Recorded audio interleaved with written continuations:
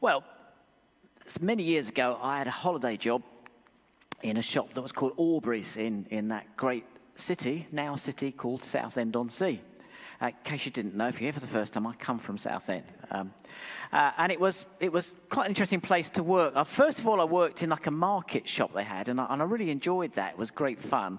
And then the next year, when it was holiday time, and I rang up the guy around the place, they'd sold the marketplace. He said, "Oh, it's okay, Simon. You can come and you can work for my mum, and she's at the other shop." And yeah, that's all right. She seemed quite a nice old lady. Was she a nice old lady?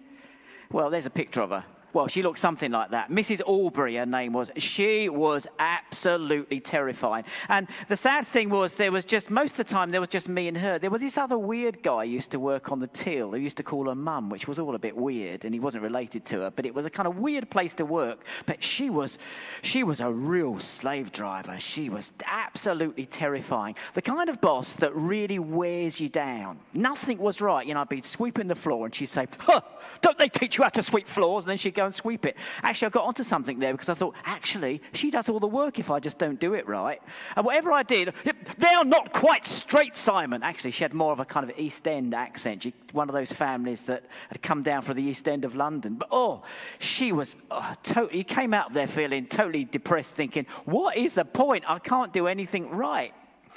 Well, we're finishing our series, You're Not the Boss of Me, this morning. And it's all about how to get our lives back on track by stopping the wrong kind of emotions and reactions taking control. And we've looked at guilt, envy, anger. And this morning, we're thinking about discouragement. Because discouragement is a terrible boss. It's a bit like Mrs. Aubrey. Pulls you down. It saps your energy. It makes you want to give up. What do you do when you can't get rid of that obnoxious, oppressive boss called discouragement? When it keeps whispering in your ear, "You're not doing that right. You're never going to get anywhere. This is a waste of time." When it drains you and wears you down. When you think, well, what is the point? Why am I bothering? Nothing's changing. Well, let me show you how to kick out discouragement and choose hope. Because when hope leads, life shifts. Now, as we said earlier, this is the season of Advent. And I know that most of us think of Advent as the run-up to Christmas. The old calendars are out. And nowadays, of course, you get bits of chocolate. In my days, we just had little drawings, Sound like my grandma now. But you get chocolate with it and multiple calendars. And it's that big run-up to Christmas. And, of course, the adverts start coming on mid-November. And we're really heading up to Christmas. But actually, Advent is about more than that. And it's a lovely time of year. And actually, Advent is a time when Christians think, before we get to think about Christ's birth, we think about actually the full picture, why he came and what it's going to result in. We think about Christ's return. We think about that ultimate hope. And hope for Christians and hope in the New Testament is all about looking forward to what God's going to do. So we think about the great hope and what God's doing and God being the God of hope. And that's a great way to address discouragement because we need to kick out discouragement and choose hope. And I want to really help you to choose hope by looking at the book of Zechariah. Now, I know that sounded like quite a weird reading. And, let me tell you, if you're here for the first time, if you don't know much about the Bible, don't worry about the weird bits because the message is really powerful. But do you know what? Weird is great. Weird is wonderful. They both start with W's then. But I like weird. Those of you who know me know I like weird music. Weird music's great. I know that Phil, he worked with someone who was in a gig buddies group I was in. And he said, "Oh, our minister Simon." And she said, "Yeah, he's one of the weirdos." Yeah, nice, eh? But I hope she meant I like weird music. But it's full of kind of weird pictures and visions which really grab people's attention. And that's the whole purpose. It's exciting. And if the Bible was all one thing right the way through, it'd be really boring. But it's so varied. And I love this book. It's full of incredible pictures and visions. And they were there to help people who were really discouraged. See, Zechariah was a spokesman for God, what we call a prophet. And it was a very difficult time in their history, a time when hope was starting to dawn, but there was lots of discouragement too. Now, just to give you a little bit of a history lesson, God's people had been taken into exile to a place called Babylon, and they lived there for 70 years. But now, a little group of them had come back home, and they were in Jerusalem, and they were rebuilding. And the first thing they wanted to rebuild was the center of their community, what was called the temple, the place where they worshipped God and met with God. And so they started to work. And probably, when you begin a job, you start with real enthusiasm, but you hit all sorts of obstacles. And it was such a difficult time because there was no king to rule them, just a governor called Zerubbabel. And he had the envious task, or the unenvious task of leading the people to rebuild from the ruins. And it was tough. They had opposition. They ran out of materials. People were living in poverty. They were dispirited. It was nothing like the old days. And so God sends Zechariah to them with a message of hope. And the way he communicates this is wild. He gives Zechariah strange, vivid pictures that we call visions. Think of an Instagram reel, but straight from heaven. And in that passage that Hazel read to us a moment ago, we have a vision that has two features. Firstly, we have a lampstand. This is what he says. I've lost a verse here somewhere. Oh, there we go. He asked me, "What do you see?" I see a solid gold lampstand with a bowl on top and 7 lamps with 7 channels to the lamps. So this is what it looked like. And it would have been pretty familiar. In the old days, it would have been the kind of lamp that was in the temple. I know that at Christmas people put them up and we call them menorcas, but they weren't called that until a lot later. But it was a symbol, actually, a picture that God was there and God was bringing hope. But the interesting thing about this is the way that it's fueled, because there's a bowl on top of it. And that means you don't have to top it up. It's oil on tap, no running dry. It's a light on loop, a flame that doesn't fade. And it's about a picture of hope and light sustained by God, always on, always bright. But then he adds to that with a vision of 2 trees. And there were 2 olive trees by it, one on the right of the bowl and the other on its left. Now, this would have really blown Zechariah's mind, because you wouldn't find olive trees next to lamps. You go out in the forest to find them. They grew out in the fields, and you pick the olives and you press them and you produce the oil and you take them back and you put them in the lamps and they keep them light. But in this image, they're kind of plugged in. It's an amazing image here. Plug straight in. If it was in our day, it would be a phone that was always on charge. So you never had to say, "Oh, hang on, my phone needs charging, I've got to stop." Mind you, it's always quite useful, isn't it? If you don't want to talk to someone on the phone, you say, hang on, wrong now, sorry, phone's about to go, and then you can switch the phone off. But imagine you've got a phone that's always powered up. You never have to plug in. That's the kind of image here. It's power on tap, a supply you don't produce, a strength you don't manufacture, a flow that doesn't depend on your effort. And this is God saying, I'll keep the light burning. I'm the source of light and power. Stay close and stay lit. And I love the way that God draws Zechariah into this. He doesn't just dish it out, he kind of asks him questions. He answered, "Do you know what these are for?" "No, my Lord," I replied. It's like God saying, "Lean in, Zechariah. Do you understand this? I want to give you the big impact of it." And then he explains it. "So he said to me, this is the word of the Lord to Zerubbabel." So this is for the man who was at that unenvious task of leading the people. "Not by might, not by power, but by my spirit, says the Lord." Here it is. That line that explains that whole vision. God is saying to this man who's got the burden of leading these people, and these people who are struggling to just get this job going, Zerubbabel will rebuild the temple. It's going to happen because my spirit fuels him. My strength will carry him. My presence will drive him forward. I was talking to a friend, a guy called Sean Lambert, who writes a lot about, being plugged into God and, being sustained spiritually. And he asked me a question. He said, "Oh, look, my phone's here and it's on charge." He said, "Now, if you were a phone, what percentage would your battery be on?" And this was a few weeks ago. And I said, "I don't know." And I was being honest. I said, "About 30%, I suppose, really." You ever felt like that? Well, that's why I find this verse so encouraging. When your energy fades, God gives you strength. When you're running on empty, he's there to refuel you.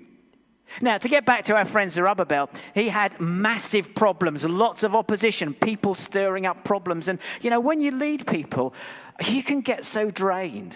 There was an author who talked about VDPs. He war ministers of VDPs, very draining people. People, they'll come to you and they'll kind of suck the life out of you. I don't like this, I don't like that. And always kind of negative about things, always drawing a cloud. It's like I was at a meeting, really excited about something, and someone said, well, do you really think this is going to work? Oh, thank you very much. Drain the life out of you. He would have felt so drained at this time. And it's like, he started this journey. He's got this amazing job he's been given to go back home and start rebuilding the center of their community where they meet with God. And then he turns the corner and suddenly, there's this massive mountain. It's impossible. And God addresses that. God uses that as a picture. And I love this verse, one of my favorite verses. What are you, O mighty mountain? Before Zerubbabel, you will become a plain. Now, this is wild. Zechariah would have felt the jolt because God is talking directly to the obstacle. And he describes it as a mountain. And in the Old Testament, a mountain is often used as a word to describe anything huge and heavy and looming that blocks the way, the kind of thing that makes you think, I just can't get past this. And God just cuts across it and says, drop. When God gives that go-ahead, the obstacle moves and the way opens. We had a terrible situation at the church the church we met in many, many years ago. And I was only about 18, so it was about 100 years or so ago. And I remember I was at college that day, and I'd come back, and I just got off the bus stop, and I remembered a dear old mentor lived right near the bus stop. His name was Gwyn Jordan, lovely guy. He was a university lecturer, and he kind of mentored me. And I thought, let's just knock on Gwyn's door. And he was working at home that day.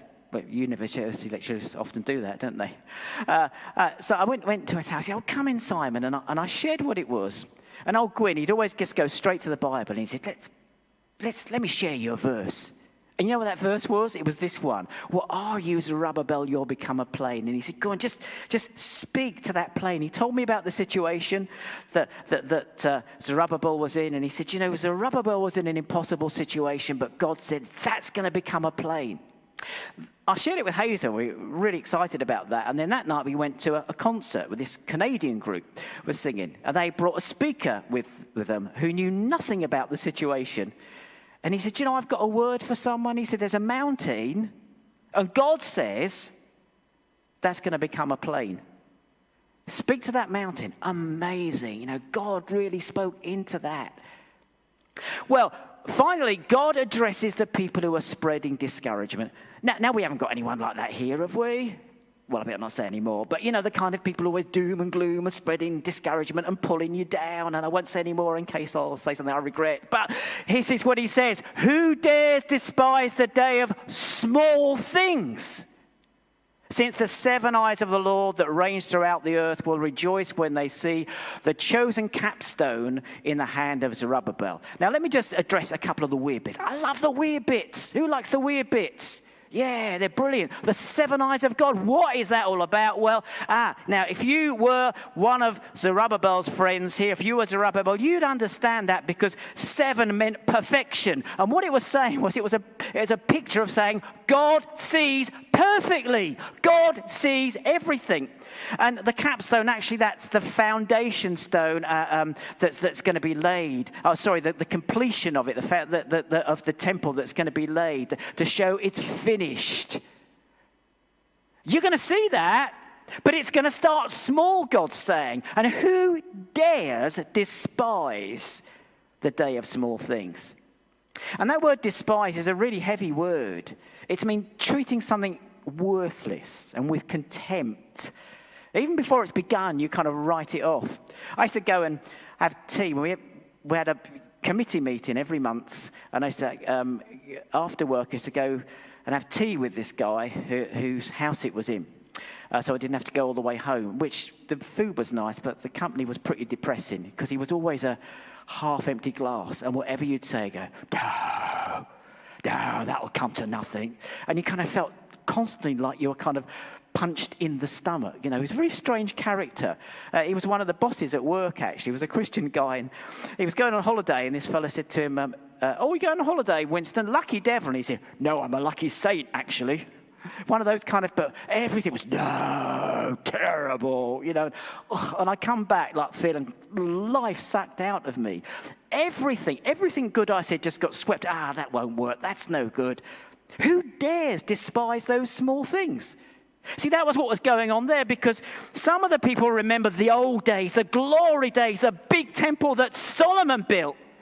Well, it's nothing like that, is it? You know, my day. I mean, I'm like that. You know, would you believe I'm a granddad 4 times over? I know I look too young, but you know, I'd say to my grandchildren, well, we didn't do that in my day. You know, in my day, we didn't have an advent calendar. We had little pictures. You know, and it was better in those days. No phones, no advent calendars. We all do that. And if you've been around for a while, you'll probably say, well, in my day, you know, the church used to be full and all that kind of thing. I know we all do that, but you know, actually, the small things are the significant things. And they remember the old temple, and now they're staring at a starter, and it looks small and slow and unimpressive, and the whisperers start saying, this won't amount to anything. This is a waste of time. And you can feel the discouragement spreading. And God takes this pretty seriously. And the discouragement isn't just being a bit gloomy. Discouragement is a big thing with God. It's a bad thing. He's very direct. Who dares despise what I've started?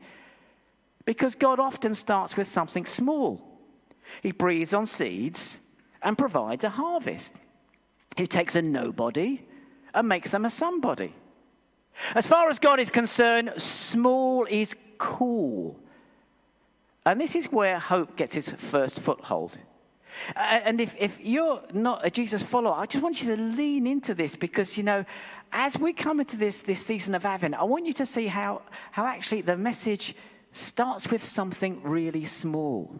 And those of us who follow Jesus, you know, who love the big things and the great things, remember how small the beginning was.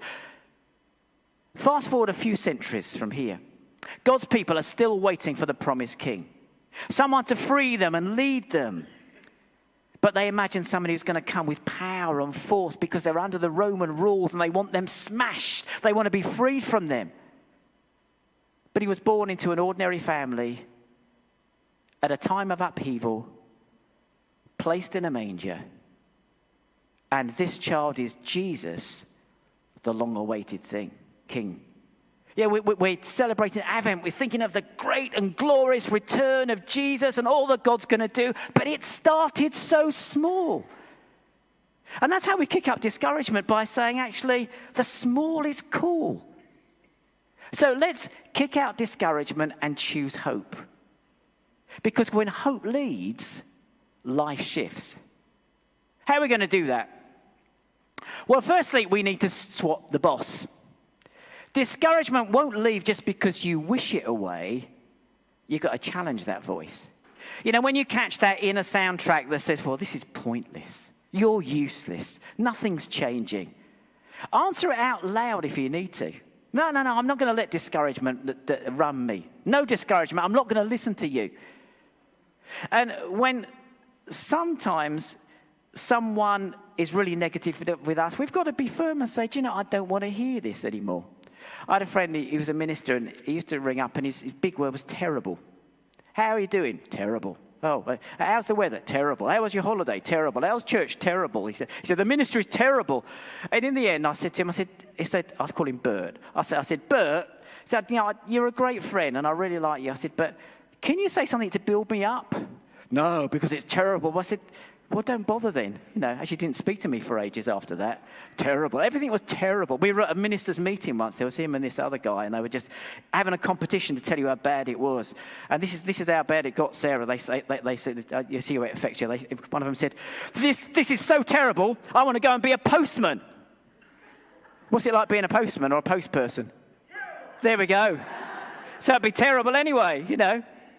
Terrible. And in the end, you just have to say, in a nice Christian way, oh, shut up, will you? In a nice way. Sometimes I just have to do that. I just have to say to someone, I don't want to hear this today, thank you. Come back when you've got something positive. We've got to change the tone. Now, it's not being harsh. It's swapping the boss. Discouragement out and hope in. And then celebrate the small. Notice the small things that God does. You know, we talk big things all the time. I'm on this ministers' chat group, and it's okay, but I just get really fed up with this competition to how big our meeting has been this morning, and how many extra people we've had, and it's great. And maybe it's because we're not getting so many as them. I don't know. I'm a bit jealous. I don't know why, but I think, oh, come on. Someone's had a crap day. Come on. You know, I've had a terrible Sunday. I just want to leave, No, sorry. I better be careful what I say there. Only sometimes. But sometimes it's like that, and we just got to roll back and just think, what was the little thing that happened, the little small thing that God's going to use? I don't know if anyone remembers a guy called Terry Waite. He's still alive, but 30 or so years ago, he did an amazing thing. He went out to the Middle East, to Lebanon, and negotiated the release of hostages. But then he himself got taken into captivity. He was a hostage for a long time, and no one knew what happened to him. And then suddenly, it was several years later, I think, he was freed. And I remember when he was freed, it was November time, and he gave a lovely speech, wonderful speech, actually, as he came off the plane. And he talked about something small that happened. Someone sent a postcard, and they just addressed it, Terry Waite, somewhere in the Middle East, care of Hezbollah. They just put it in the post, and it got to him. Amazingly, it got to him. And it was a picture of an old Christian called John Bunyan in prison, and there was light being shed on him. And he said that really helped him, knowing that someone was thinking of him and that God had prompted them to do that. God had got that card to him. And he said this, he said, never despise those simple actions. Something, somewhere, will get through to the people you're concerned about as it got through to me. Celebrate the small things. Look out for them and do those small things yourself. And then budge the blocker. Name what's actually blocking you and talk to God about it. That tough conversation that you've parked. That habit that's tripping you up. That problem that's been circling you for months. Don't treat it like a mountain you can't move. Take real steps to deal with it. And if you're exploring faith, crack the door open a little. Invite God into that situation, like that story that Mark told us earlier. See what shifts. Tiny steps change the route. Because when hope leads, life shifts. So there it is. Choose hope. Choose it today. Choose it Monday morning when you're getting the ice off the car. Kick out discouragement. Choose hope. Choose it when you're tired. Choose it when discouragement kicks off. Choose it when someone's doom and gloomy with you, or you've got that doom and gloomy voice in your head as well. Every time you choose hope, something in you will shift. That's what I want to encourage you to do this Advent Sunday. Let's pray.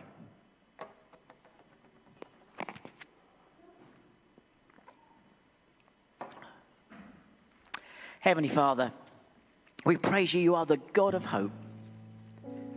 And we do pray for people who feel discouraged and pulled down and worn down. May they know your hope in their life. Come upon them and be with them. And help us just to kick out discouragement. We want to say now to discouragement, we want none of you. We want hope. Because you are the God of hope. Amen.